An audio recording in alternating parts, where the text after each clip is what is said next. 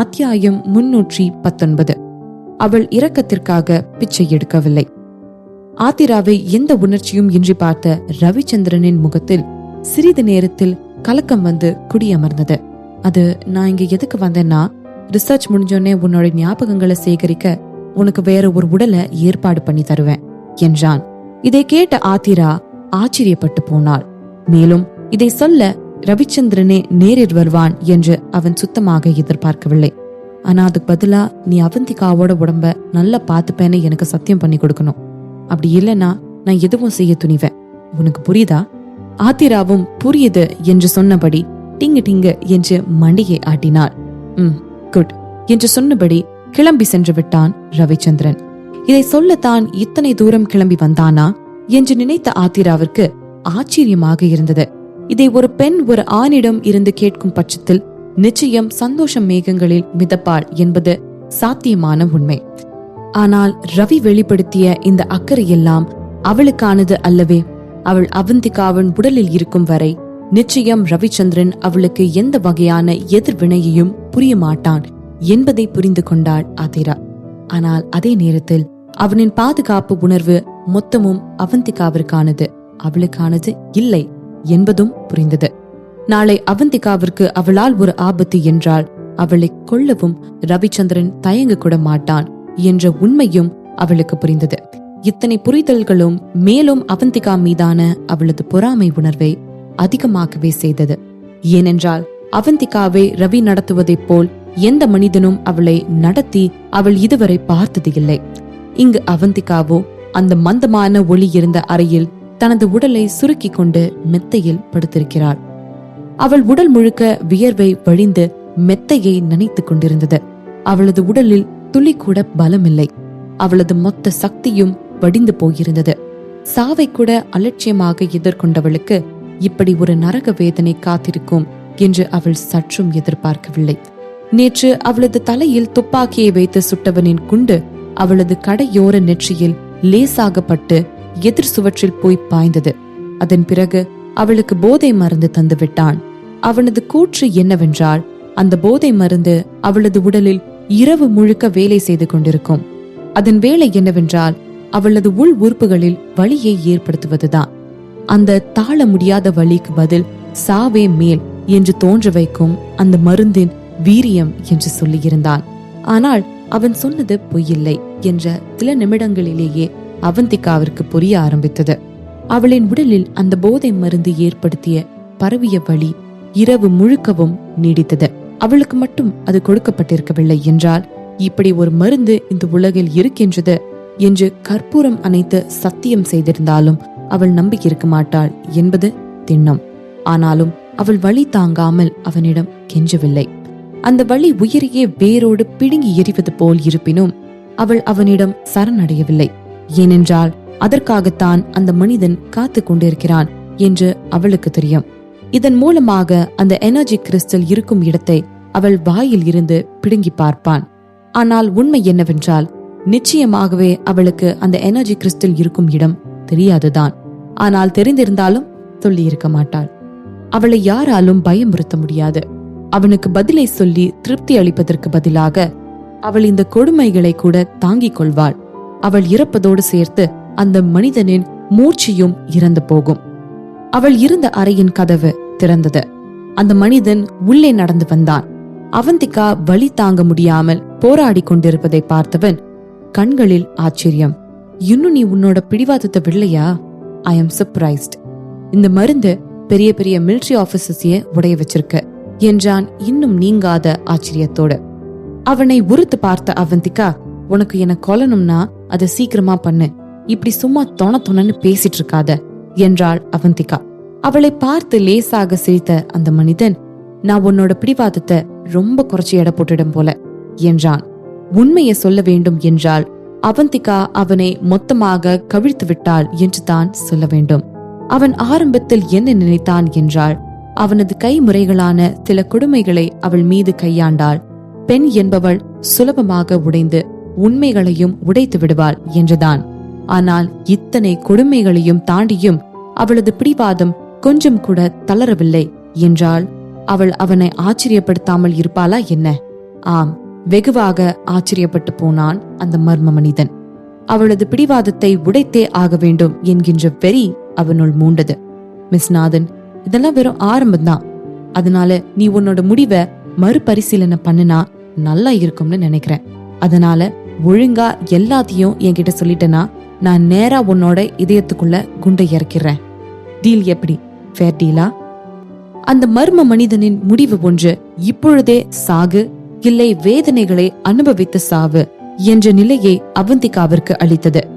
எத்தகைய கொடூரமான மனிதன் இவன்! எந்த ஒரு மனிதன் இன்னொரு மனிதனின் உயிரை விளையாட்டு பொருளாக்கி விளையாடுபவன் எல்லாம் ஒரு மனித பிறவியா? தனக்கு எதிரே நின்று கொண்டிருந்த மனித உடல் போர்த்தி இருந்த மிருகத்தை பார்த்தாள். இல்லை இல்லை, பார்த்தாள் என்று சொல்ல முடியாது, முறைத்தாள் என்று சொன்னால் சரியாக இருக்கும். ஒரு முழு இரவு உயிர் போகும் வழியை அனுபவித்த பிறகும் அவன் முன் அவள் மண்டியிட தயாராக இல்லை. இது என்ன உலகத்தில் அவளை பணிய வைக்க முடியாது. இப்போ என்னோட உயிர் உன் கையில இருக்கு, அதனால சீக்கிரமா உன்னோட முடிவை நிறைவேத்த. எந்தவித அச்சமும் இன்றி மொழிந்தவள் அவனது கண்களை கூர்மையாக பார்த்தபடி, ஆனா நான் உன்னை இப்பயே எச்சரிக்கிறேன், ஒருவேளை இதுக்கப்புறம் நான் உயிரோட இருந்தேன்னா நிச்சயம் இதுக்காக உன் வாழ்க்கை முழுக்க வேதனைப்படுவ என்றாள். தன்னை இந்த அளவிற்கு கொடுமை செய்தது மட்டும் இல்லாமல் கொடுமை செய்யவும் நினைக்கும் மனிதனை மறந்து மன்னிப்பதற்கு அவள் ஒன்றும் முற்றும் துறந்தவள் கிடையாதே. அவளின் கூற்றை கேட்டவனுக்கு ஆச்சரியம். தான் அவளுக்கு செய்து கொண்டிருக்கின்ற அத்தனை கொடுமைகளையும் அனுபவித்த பிறகும் தனக்கே எச்சரி விடுக்கிறாளே என்று. நல்லா பேசுற, பிரகாசம் தெரிந்தது அவனது குரலில். அவன் அவந்திகாவின் எச்சரிக்கையை எல்லாம் கண்டு கொண்டது போலவே தெரியவில்லை. நீ சொன்ன மாதிரி இப்போ உன் உயிர் என் கையில தான் இருக்கு. அப்போ நீ எனக்கு தான் கோஆபரேட் பண்ணணும். உனக்கு கொஞ்சம் கூட உன் உயிரை நினைச்சு பயம் இல்லையா? நான் சாகலனா நீதான் உன்னோட உயிரை பத்தி கவலைப்படணும். அவனது கண்களை உறுத்து பார்த்தபடி வெடிக்கென சொன்னாள் அவந்திகா. அவன் ஒன்றும் பேசாமல் அவளையே பார்த்து கொண்டிருக்க அவந்திகாவின் உதடுகள் சிறு சிரிப்பை வெளிப்படுத்த வளைந்தன. நீ பாப்ப என்றாள் அழுத்தமாக. அவனது முகம் கருத்தது. நீ நேத்து நடந்த டார்ச்சருக்கு அப்புறம் நல்ல ஒரு பாடத்தை கத்துக்கல போல. இருக்கட்டும், இந்த உலகத்துல என்னால அடிபணிய வைக்க முடியாத மனுஷங்களே இல்ல, கெத்தாக சொன்னான் அந்த மனிதன். நீ சொல்றது தப்பு. பாக்குறல, நான் உன் முன்னாடிதான் உட்காண்டிருக்கேன். கர்வம் இருந்தது அவளது குரலில். வெடுக்கென அவளது தாடையை பற்றியவனின் கண்களில் சுவாரஸ்யம். என்கிட்டயே இப்படி தென்னாவேட்டா பேசுறியா நீ? உண்மைய ஒத்துக்கிட்டே ஆகணும். நிஜமா ஒன்னு மாதிரி ஒரு இம்ப்ரெசிவான பொண்ண நான் இதுக்கு முன்னாடி பார்த்ததே இல்ல என்று அவன் சொல்ல, என்கிட்டயும் உன்ன மாதிரி இதுவரையும் எந்த ஆம்பளையும் பேசினதில்ல. ஆனா என்ன பண்ண, உன்னால ரொம்ப நாள் இனி வாழ முடியாதே. அவனது குரலோடு இவளது குரல் போட்டி போட்டது. Interesting, very interesting.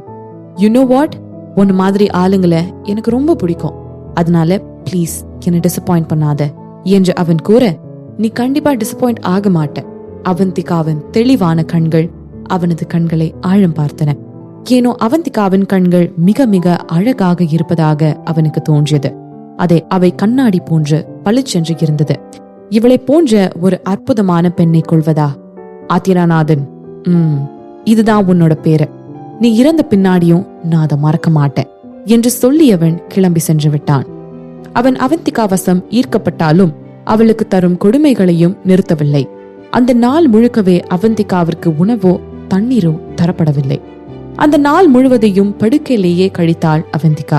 அவளுக்கு சுய நினைவு வருவதும் போவதுமாக இருந்தது. அவளும் அந்த இடத்தை விட்டு தப்பிக்க ஏதாவது வழி கிடைக்குமா என்று தேடி பார்த்தவளுக்கு கிடைத்த பதில் 0 தான். அதோடு அவளது அறைக்கு வெளியில் வேறு எந்த நேரமும் ஒரு செக்யூரிட்டி அமர்ந்தவாறு இருந்தான். அவனோடு சென்று போராடவும் அவளது உடலில் தெம்பில்லை. உதவி கேட்கவும் வழியில்லை. விட்டால் அவள் அங்கேயே இறந்து விடுவாள் போல. அவளுக்கு இறப்பதை பற்றி எந்த கவலையும் இல்லை. இன்னும் சொல்ல போனால் அவள் இப்பொழுது இருக்கும் உடல் கூட அவளுடையது இல்லை.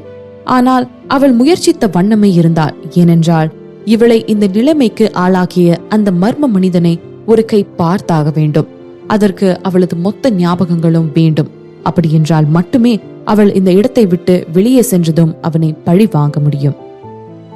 ஆனால் வேதனைக்குரிய விஷயம் என்னவென்றால் அவள் வாழ்வதற்கான வாய்ப்பு மிகவும் குறைவாகவே இருக்கின்றது. அவளது மனதில் ஒரு திட்டம் உருவாக மறுபக்கம் அவளது உடலில் அவளுக்குள் செலுத்தப்பட்டிருக்கும் மருந்து வேலை செய்ய ஆரம்பித்தது. அவனது உடலில் உள்ள ஒவ்வொரு பாகமும் வலியால் முணங்க ஆரம்பித்தது. பல 100 கத்திகளை வைத்து ஒரே நேரத்தில் அவளது பாகங்களை கூறு போடுவது போல் அவளது உடல் வலியால் குளிக்க ஆரம்பித்தது. வலியின் அழுத்தம் மேலும் மேலும் அதிகமாகிக் கொண்டே இருந்தது. அவள் வலி தாங்காமல் பற்களை கடிக்க ஆரம்பித்தாள். ஆனாலும் வலியை தாழ முடியாமல் அவளது வாய் தானாக முணங்க ஆரம்பித்தது.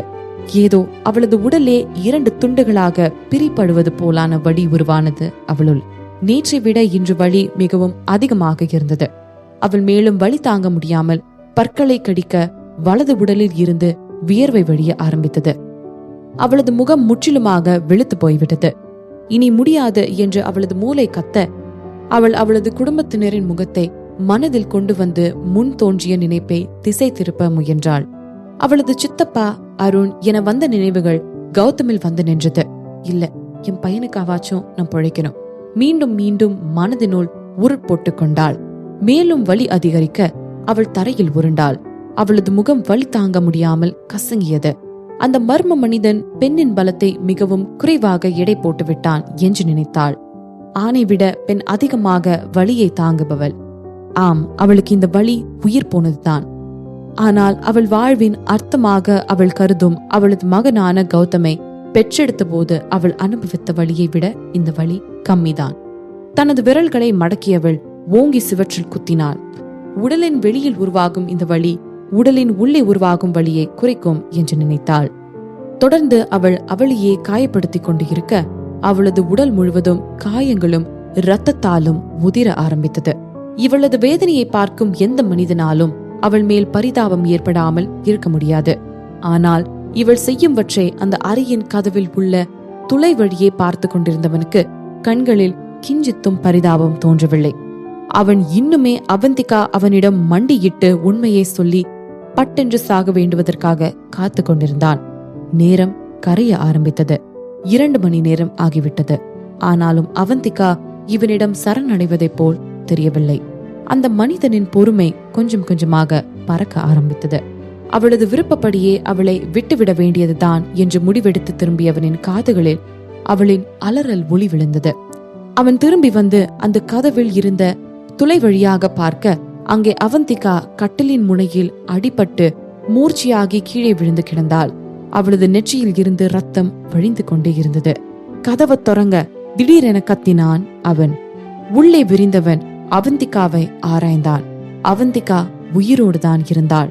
ஆனால் வெகு நேரம் இருப்பாளா என்பது சந்தேகம்தான். ஏனெனில் அவளது உடலுக்கு அடியில் முழுவதும் ஒரு இரத்த குட்டையே உருவாகி இருந்தது. இவற்றை பார்த்த அவனது கண்களில் கோபத்தின் கீற்று. அவந்திகாவை முறைத்தவன், இந்த பொம்பளைக்கு நிஜமாவே உயிர் மேல ஆசையே இல்லையா?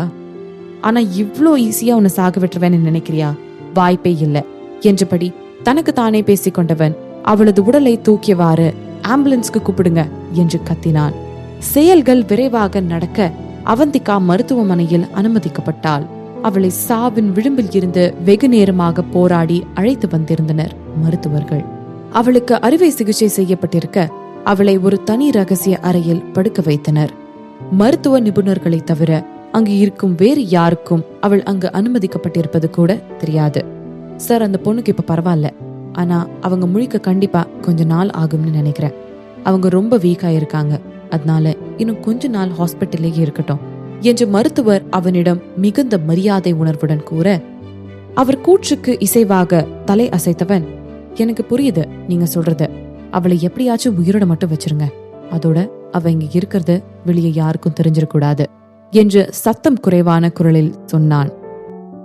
தப்பிக்க வேண்டிய நேரம்.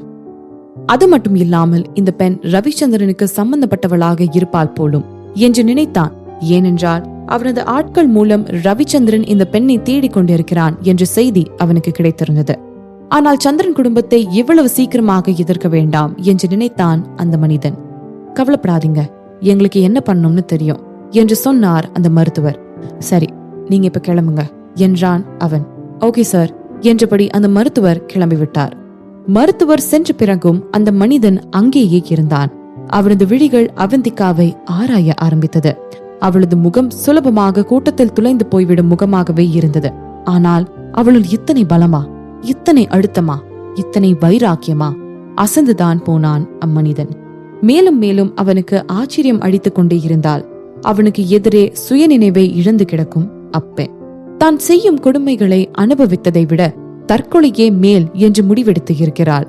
அவளுக்கு எந்த வழியும் இல்லாத நிலையில் வைத்தும் அவள் தற்கொலை என்னும் வழியை தேர்ந்தெடுத்து இருக்கிறாள். அதே நேரத்தில் அவள் இந்த முடிவிற்கு வந்ததற்கு அவளுக்குள் இருக்கும் கோடைத்தனம் தான் காரணம் இல்லை என்று அவனுக்கு நன்றாகவே தெரியும். இவனை நாடுவதை விட இறப்பை நாடுவதே மேல் என்று நினைத்து இருக்கிறாள். இது அவனுக்கு எத்தனை பெரிய பதிலடி! இது அவளின் சுதந்திரத்தின் வெளிப்பாடு. அவளை யாரும் கட்டுப்படுத்த கூடாது என்று நினைத்திருக்கிறாள். அதை செய்தும் காட்டியிருக்கிறாள். அவந்திகா என்ன நினைத்துக் கொண்டிருந்தாள் என்றால், அவள் செய்யும் இச்செயல் அந்த மனிதனை மேலும் கோபப்படுத்தும் என்றுதான் அவந்திகா நினைத்தாள். ஆனால் அவள் நினைத்தது தவறு. அவன் செய்த செயல் இன்னும் அவள் மீதான சுவாரஸ்யத்தை அதிகமாகத்தான் செய்தது. அவள் உண்மையை சொன்னாலும் சொல்லாவிட்டாலும் அவளை கொன்று விடுவது என்ற உறுதியோடு இருந்தவன் இப்பொழுது அவள் அந்த எனர்ஜி கிறிஸ்டல் இருக்கும் இடத்தை மற்றும் சொல்லிவிட்டால் அவளை உயிரோடு விட்டுவிடலாம் என்று முடிவுக்கு வந்துவிட்டான். அவனது வாழ்விலேயே முதல் முறையாக அவனது இதயத்தில் இரக்கம் சுரப்பதை உணர்ந்தான் அந்த மனிதன். ஆனால் அடுத்த நிமிடமே அவனது உணர்ச்சிகளை சட்டென்று மாற்றிக்கொண்டான். இன்னும் சிறிது நேரம் அங்கு இருந்தவன் அவன் எழுந்ததும் அவனுக்கு தகவல் தருமாறு அவனது ஆட்களிடம் கூறிவிட்டு சென்று விட்டான். மருத்துவர்கள் சொன்னதை வைத்து பார்த்தால் அவந்திகா எழ குறைந்தபட்சம் 2 நாட்களாவது ஆகும் என்பது அவனது கணிப்பு. ஆனால் மருத்துவர்கள் கணிப்பையும் அவனது நினைப்பையும் அவந்திகா பொய்யாக்குவாள் என்று அவன் என்ன கனவா கண்டான்? சுய நினைவை வந்த உடனேயே எல்லாம் அவள் கண்களை திறந்து பார்க்கவில்லை. மாறாக தன்னை சுற்றி இருக்கும் விஷயங்களை அவதானிக்க முயற்சி செய்தாள். மருத்துவமனையின் வாசனை அவளது நாசியை துளைத்தன. அதே நேரத்தில் சுற்றியும் எந்த மனிதர்களும் இல்லை என்பதும் தெரிந்தது. மெதுவாக கண்களை திறந்தாள். அவள் யூகித்தது போலவே அவளை சுற்றி யாரும் இல்லை. அவளது கண்களில் வெற்றி களிப்பு. கொஞ்சம் கொஞ்சமாக அவளது திட்டம் நிறைவேறிக் கொண்டிருந்தது. அவளது திட்டம் என்னவோ மிகவும் பெரியதெல்லாம் அல்ல. அவள் தற்கொலை செய்து கொள்வது போல் நடிப்பாள். உடனே அந்த மனிதன் அவளை அவள் இருக்கும் அறையை விட்டு வெளியே ஏதாவது மருத்துவமனைக்கு அழைத்து வருவான். அவள் அந்த மனிதனை அறிந்த வரையில் அவன் அவ்வளவு சீக்கிரமாகவும் சுலபமாகவும் எல்லாம் அவளை சாக விட்டுவிட மாட்டான். அவள் நினைத்தது போலேயே அவனும் அவளை மருத்துவமனைக்கு அழைத்து வந்து விட்டான். இப்பொழுது அவள் மருத்துவமனையில் இருப்பதால் அவளால் இவ்விடத்தை விட்டு தப்பி செல்ல இயலும். அதோடு அவள் சாக இருந்தும் இப்படி இவ்வளவு சீக்கிரமாக எழுந்து அமர்ந்திருப்பதற்கு ஒரே ஒரு தெளிவான காரணத்தை கூற முடியாது. ஒருவேளை காரணம் அவள் மூளையில் இருக்கும் அந்நிய மெமரி செல்லாகவும் இருக்கலாம். இல்லை என்றால் அவளுடைய உறுதியான முடிவுகளாகவும் இருக்கலாம். இல்லை என்றால் அவளது வைராக்கியமாகவும் இருக்கலாம். இவை ஏதும் இல்லை என்றால் அவள்தான் இந்த கதையின் கதாநாயகி என்பதாலும் இருக்கலாம். இல்லை, இன்னும் அவளுக்கான முடிவு வரவில்லை என்பதாகவும் இருக்கலாம். எவையெல்லாம் காரணமாக இருக்கலாம் என்று பட்டியலிட்டு ஆகிவிட்டது. உங்களுக்கு ஏற்றார் காரணத்தை முடிவு செய்து கொள்ளுங்கள். சரி, கதைக்கு வருவோம். அவந்திகா அந்த இடத்தை விட்டு தப்பிக்க தயாரானாள். அவள் மட்டும் இந்த இடத்தை விட்டு உயிரோடு வெளியேறிவிட்டாள் என்றால் இவளது வாழ்க்கையில் இடையிட்டதற்கான விலையை நிச்சயம் அவனிடம் இருந்து வாங்குவாள். மனதில் உறுதியை விதைத்துக் கொண்டவள் பல்லை கடித்துக் கொண்டு படுக்கையில் இருந்து எழுந்து கொள்ள முயன்றாள். அவளது முயற்சிகள் சில நிமிடங்கள் எடுக்க அந்த நேரம் அவளை செக் பண்ண வந்த செவிலி பெண் எழுந்துட்டீங்களா என்றபடி படுக்கையில் இருந்த பெட்ஷீட்டை விளக்க போனாள். அவள் விளக்கிய நொடி அவள் கண்டதும் வெறும் தலஹானிகளைத்தான். இதென்னடா என்று அவள் அதிர்ச்சியாகி நின்று கொண்டிருக்க படாரென தலையில் ஒரு அடி விழ பக்கத்தில் இருந்த கட்டிலில் போய் விழுந்தாள் அந்த செவிலி பெண். அந்த பெண் மயங்கி சரிந்து விட அவளுக்கு பின்னால் நின்று கொண்டிருந்த அவந்திகா படுக்கையில் கிடந்த தலையணைகளை மீண்டும் சீர் அமைத்து அந்த செவிலி பெண்ணை அந்த படுக்கையில் கிடத்திவிட்டு அவளுடைய உடைகளை கழற்றி தனக்கு போட்டுக்கொண்டு தன்னுடைய உடைகளை அவளுக்கு போட்டு விட்டாள். பின்னர் கழிப்பறைக்கு சென்று அங்கிருந்த துவாளைகளை எல்லாம் எடுத்து தனது கால்களில் சுற்றி கொண்டாள். அந்த செவிலி பெண்ணின் உடை அவளது கால் வரையிலும் மறைந்திருக்க அவளது முடமான கால் வெளியில் தெரியவில்லை. அவள் மாஸ்கை அணிந்து கொண்டு வெளியில் வர வெளியில் இருந்த அடியாட்கள் ஒன்றும் பெரிதாக கண்டு கொள்ளவில்லை. அதான் டாக்டர் அந்த பொண்ணு எந்திரிக்க லேட் ஆகும்னு சொல்லிட்டார்ல என்று நினைத்து கொண்டனர். அவர்களை கடந்து அந்த வெராண்டாவை விட்டு திரும்பும் வளைவு வருவதற்குள் அவந்திகா பெரும் பாடுபட்டு போனாள். ஏனெனில் அவள் இயல்பாய் அவர்களை கடந்து வருவதற்குள் அவளது உடலில் ஏற்பட்ட காயங்கள் எல்லாம் வலியால் அவளது உடலை பின்னி எடுத்திருந்தன. விட்டால் அங்கேயே மயக்கம் போட்டு விழுந்திருப்பாள். எப்படியோ சந்தேகம் வராமல் வந்துவிட்டாலும் அவளுக்கு மூச்சு வாங்கி கொண்டிருந்தது. இயல்பாகவே எதற்கும் அதிகம் பதட்டப்படாத சுபாவம் உடையவள் அவந்திகா. ஆனால் ஏற்கனவே உடல் வெகுவாக பலவீனப்பட்டிருப்பதோடு வெளியிருக்கும் ஆட்களுக்கு சந்தேகம் வராமல் நடந்து வர வேண்டும் என்பதும் சேர்ந்து அவளையே மூச்சு வாங்க வைத்திருந்தது. அவளது நெற்றியில் இருந்து வேர்வை வழிந்து கொண்டிருக்க அவளது கண்கள் வழியே காணும் காட்சிகள் மங்க ஆரம்பித்தன. அவள் எழுந்த அதிசயமே அவளது வைராக்கியத்தின் சக்திதான் என்று அவளுக்கு புரிந்தது. இதை யோசித்துக் கொண்டும் மூச்சு வாங்கிக் கொண்டும் நடந்து கொண்டிருந்தவள் எதிரே வந்து கொண்டிருந்த மருத்துவர் மீது போய் மோதிவிட்டாள். என்னாச்சு? ஐயோ ஓகே, அக்கறையோடு கேட்டார் அந்த மருத்துவர். அவள் நிமிர்ந்து அவரை பார்க்கவில்லை. ஆனால் அந்த மருத்துவர் அவளது பதிலை எதிர்பார்த்து நின்று கொண்டிருந்தார். அவளது உடல் முழுவதும் மீண்டும் வலி பரவ ஆரம்பிக்க நன்றாக பற்களை கடித்து கொண்டு அடக்கியவள் மருத்துவரை அலட்சியப்படுத்திவிட்டு சென்று விட்டாள். அவளை பார்த்து புருவம் சுருக்கிய மருத்துவர் அவள் பின்னாடியே சென்றபடி, நர்ஸ் நில்லுங்க, என்னாச்சு நில்லுங்க என்றபடியே அவள் பின்னால் சென்றார். தனது காதுகளை பொத்திக் கொண்ட அவந்திகாவிற்கு மூளை அறிவுறுத்தியதெல்லாம் ஓடு அவந்தி, சீக்கிரம் ஓடு என்பதை தான். சில வினாடிகளில் அவளின் பின் நிறைய காலடி சத்தங்கள் கேட்க திரும்பி பார்த்தவளின் கண்களில் மிரட்சி. அந்த மனிதனின் அடியாட்கள் அவளை நோக்கி ஓடி வந்து கொண்டிருந்தனர்.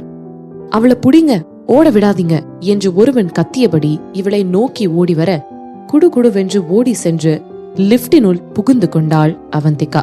அந்த அடியாட்களுள் ஒருவன், டேய் மத்த ஆளுங்களுக்கெல்லாம் போன போடுங்கடா, இன்னைக்கு நம்ம கிட்ட இருந்து அவ தப்பிக்கவே கூடாது என்று தனது ஆட்களுக்கு ஆணையிட்டான்.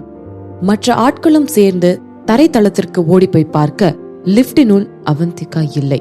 பாதிலேயே ஏதோ ஒரு தளத்தில் இறங்கிவிட்டாள் என்று தெரிந்ததும், அவன் நடுவிலேயே ஏதோ ஒரு புளோர்ல இறங்கிட்டா போலடா, சீக்கிரம் போய் தேடுங்க என்று கத்தினான். அந்த மருத்துவமனையின் சூழலே முற்றிலுமாக மாறியிருந்தது. மொத்தம் 10 பேர் அந்த மருத்துவமனை மொத்தத்திலும் ஒரு செங்கல் விடாமல் அவளை தேடிவிட்டனர். இறுதியாக 2வது தளத்தில் உள்ள பெண்கள் கழிப்பறையின் ஜன்னலில் இருந்து பல துவாலைகளை ஒன்றாக சேர்த்து உருவாக்கிய கயிறு தெரிந்தது. அதை பிடித்துக் கொண்டு ஒருவர் அந்த மருத்துவமனையை விட்டு வெளியே இறங்கி போய்விடலாம் போல் இருந்தது. அந்த அடியாட்கள் அந்த ஜன்னலின் வெளியே பார்த்துவிட்டு நிமிர்ந்து பார்க்க அங்கே வெளியே ஒரு பெண் உருவம் ஓடிக்கொண்டிருப்பது தெரிந்தது. டே, அந்த பொண்ணு ஹாஸ்பிட்டல் கேட்ட நோக்கி ஓடிட்டு இருக்கா, சீக்கிரம் போய் அவளை பிடிங்க, ஓவர் ஓவர். தனது கையில் இருந்த வாக்கி டாக்கி மூலமாக மறுபடியும் இருந்த ஆட்களுக்கு ஆணையிட்டான். மறுபக்கம் இந்த ஆட்கள் கேட்டை நோக்கி ஓட அவந்திகா நிற்கவே இல்லையே. அவளால் எத்தனை வேகமாக ஓட முடியுமோ அத்தனை வேகமாக ஓடினாள். ஆனால் அவளது வேகம் ஒவ்வொரு வினாடியும் அவளது நுரையீரலை கத்தி வைத்து அறுப்பது போல் பதம் பார்த்து கொண்டிருந்தது. ஒரு வழியாக மருத்துவமனை கேட்டிற்கு சென்று விட்டாள். திரும்பி பார்த்தாள். அந்த ஆட்கள் இவளை நோக்கி ஓடி வந்து கொண்டிருந்தனர். அது காலை நேரம் என்பதால் அதிக வாகனங்கள் சாலையில் இருக்கவில்லை. சில வாகனங்கள் மட்டும் போய்கொண்டிருந்தன. விரைந்து சாலை நோக்கி ஓடி அப்பொழுது வந்து கொண்டிருந்த ஒரு டாக்ஸியை மறைத்து நின்றாள். இவள் இப்படி திடீரென்று வந்து நிற்க அந்த டாக்ஸியின் ஓட்டுநர் அதிர்ச்சிக்கு உள்ளானாலும் பட்டென பிரேக்கை அழுத்தினான். அந்த டாக்ஸியை நோக்கி விரைந்தவள் இன்னும் அதிர்ச்சியிலேயே இருப்பதை கண்டு கொள்ளாமல் பின்னால் இருக்கும் இருக்கையில் சென்று அமர்ந்தபடி, சீக்கிரம் போ, நான் உனக்கு 1 லட்சம் ரூபாய் தரேன் என்று அவள் கூற, ஏற்கனவே அதிர்ச்சியில் இருந்தவன் அவந்திகாவின் இந்த சொற்களை கேட்டு இன்னும் தனது கண்களை அகல விரித்தான். சீக்கிரம் ஓட்டு, இல்லனா நம்ம 2 பேரையும் கொன்னுருவாங்க என்று அவந்திகா அவசரப்படுத்த, இதை கேட்டு மருத்துவமனையின் கேட்டை நோக்கி திரும்பி பார்த்தான் அந்த ஓட்டுநர். அங்கே சில பேர் இவர்களை நோக்கி ஓடி வந்து கொண்டிருப்பது தெரிய அவனது கைகள் தானாக காரை இயக்க தொடங்கியது. இவர்கள் இருக்கும் இடத்தை அடைந்துவிட்ட அந்த அடியாட்களுக்கு தான் இப்பொழுது பல்பாகி போனது. காரின் கண்ணாடியை வெறித்து கொண்டிருந்தவள் அந்த அடியாட்களை தாண்டி வெகு தூரம் வந்து விட்டோம் என்று உறுதியானவுடன், என்னை போலீஸ் ஸ்டேஷனுக்கு கூட்டிட்டு போ, அங்க நான் உனக்கு கொடுக்கறேன்னு சொன்ன பணத்தை வேற ஒருத்தர் தருவாரு என்ற அவந்திகாவின் குரல் ஏதோ மாதிரி காதல் விழ, ஆனா இங்க என்ன நடக்குது என்றபடி திரும்பியவனின் கண்களில் அவந்திகா மயங்கி கிடந்த காட்சிதான் விழுந்தது. இதை பார்த்து அதிர்ச்சியானவன் அவளது முகத்தில் இருந்து ரத்தம் வடிந்து வெளுத்து போய்க் கொண்டிருப்பதை பார்த்தவனுக்கு இன்னும் அதிர்ச்சி அதிகமானது. அவள் இறந்து விட்டாளோ என்று நினைத்து பயந்து போன ஓட்டுநர் சாலை ஓரமாக வண்டியை நிறுத்தி காரில் இருந்து பின்னால் வந்து அவளது மூச்சை பரிசோதிக்க கைகளை கொண்டு போனான். அவனது விரல்கள் பயங்கரமாக நடுங்கிக் கொண்டிருந்தது. அவள் உயிரோடு தான் இருக்கிறாள் என்று உணர்ந்த நொடித்தான் பரலோகம் போக பயணச்சீட்டு வாங்கிக் கொண்டிருந்த ஓட்டுநரின் உயிரும் திரும்பி வந்தது. மேடம், என்னாச்சு? மெதுவாக அவந்திகாவின் கைகளில் தட்டினான் அந்த ஓட்டுநர். எங்கே அவள் தனது காரிலேயே இறந்து போய் பெரிய பிரச்சனை ஏதாவது இழுத்து விட்டு விடுவாளோ என்ற பயம் அவனுக்கு. கொஞ்சம் கொஞ்சமாக கண்களை திறந்தவள், இப்போ போலீஸ் ஸ்டேஷன் என்று தடுமாறிக்கொண்டு வந்து விழுந்த வார்த்தைகளோடு மீண்டும் மயங்கிவிட்டாள். அதற்கு மேல் அவளை எழுப்ப முடியாமல் போக மீண்டும் மருத்துவமனைக்கு அழைத்து சென்று விடலாம் என்று யோசித்தவனுக்கு அந்த அடியாட்களின் ஞாபகம் வர அந்த நினைவே அங்கே அப்பொழுதே குழி தோண்டி புதைத்து விட்டான். அதன் பின்னர் மனதில் சுழன்று கொண்டிருந்த பயத்தோடு பக்கத்தில் இருந்த காவல் நிலையத்திற்கு வண்டியை விட்டான் அந்த ஓட்டுநர். அவன் காவல் நிலையத்திற்கு சென்று விஷயத்தை சொன்ன அடுத்த நொடி விஷயம் ரவிச்சந்திரனின் காதுகளுக்கு சென்று விட்டது. அவன் அவந்திகா தொலைந்து போயிருந்த அன்றே சென்னையில் இருந்த அத்தனை காவல் நிலையத்திற்கும் செய்தியை தெரிவித்து தேட சொல்லியிருந்தான். ரவிச்சந்திரனுக்கு காவல் நிலையத்தில் இருந்து செய்தி வந்த பொழுது அவன் அவனது சித்தப்பா வீட்டில் இருந்தான். உண்மையாவா? சரி, அவளை ஜாக்கிரதையா பாத்துக்கோங்க, நான் உடனே வரேன் என்றான் துள்ளுடன். போனை அணைத்தவன் அவனது சித்தப்பாவின் மகனான மிதுன் சந்திரனிடம், அவ கிடைச்சிட்டாடா, போலீஸ் ஸ்டேஷன்ல இருக்காளாம் என்று கூற, செமன்னா, வாங்க நானும் வரேன் என்றான் மிதுன். அவர்கள் இருவரும் காவல் நிலையத்திற்கு வந்து பார்த்த போதுதான் அவந்திகா எந்த நிலையில் இருக்கிறாள் என்றே அவனுக்கு தெரிந்தது. அவள் இன்னும் சுய நினைவு இன்றித்தான் கிடந்தாள். அவளது வெளுத்து போன முகத்தையும் வெளிக்காயங்களையும் பார்த்தவன், என்னாச்சு இவளுக்கு என்று கத்தினான். அவனுக்கு பதில் அளிக்க அங்கிருந்த ஒரு காவலர் முன் வந்தார். மிஸ்டர் சந்திரன், இவர் என்ன சொல்றாருன்னா, மிஸ் நாதனை யாரோ சில ஆளுங்க துரத்தி இருக்காங்க, ஆனா இப்போ மிஸ் நாதன் நல்லதா இருக்காங்க என்று அவர் ஓட்டுநரை கை காட்டியபடி பவ்யமாக கூற, துரத்துனாங்களா என்றபடி விழுக்கென அந்த ஓட்டுநர் பக்கம் திரும்பினான் ரவிச்சந்திரன்.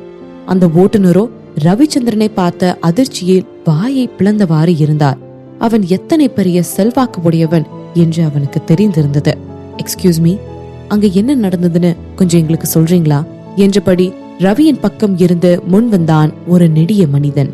அவனை பார்த்த ஓட்டுநருக்கு ரவிச்சந்திரனின் முகமும் ரவியின் பக்கத்தில் இருந்து முன் வந்து இவனிடம் கேள்வி கேட்ட மனிதனின் முகமும் ஒரே மாதிரியாக இருப்பதாக தோன்றியது. நான் ஹாஸ்பிட்டல் வழியா என் வண்டியில வந்துட்டு இருக்கும் போதுதான் இவங்க என் வண்டியை மறிச்சு ஏறிக்கிட்டாங்க என்று கூறினான். அவனது கூற்றை கேட்ட ரவி போலீசாரிடம் திரும்ப, ரவி என்ன சொல்ல வருகிறான் என்பதை யூகித்த போலீசாருள் ஒருவர், நாங்க எங்க ஆளுங்களை கொஞ்சம் பேரை அனுப்பி வச்சு அங்க செக் பண்ணோம் சார், ஆனா எங்களுக்கு எந்த ஆதாரமும் கிடைக்கல. இதுக்கும் அங்க சந்தேகப்படுற மாதிரி கூட எந்த தடையும் கிடைக்கல. அங்க ஹாஸ்பிட்டல்ல மிஸ் நாதன் இருக்கிறதுக்கு எந்த ரெக்கார்ட்ஸும் இல்ல. இதெல்லாம் வச்சு பார்த்தா யாரும் பெரிய கை இதுல ஈடுபட்டு இருப்பாங்களோன்னு தோணுது சார் என்று அவர் சொல்ல, அவங்க எவ்வளவு பெரிய ஆளா இருந்தாலும் சரி, இந்த விஷயத்த நான் சும்மா விட போறதில்ல சீறினான் ரவிச்சந்திரன். இந்த ஊர்லயே எங்க சந்திரன் குடும்பத்தை விட பெரிய கை யாரும் இல்ல போலீஸ் சார் என்று சொன்ன மிதுன் ரவியிடம் திரும்பி, அண்ணா, இந்த விஷயத்தை என்கிட்ட விடுங்க, இதோட ப்ராக்ரஸ உங்ககிட்ட அப்டேட் பண்ண வேண்டியது என்னோட பொறுப்பு என்றான்.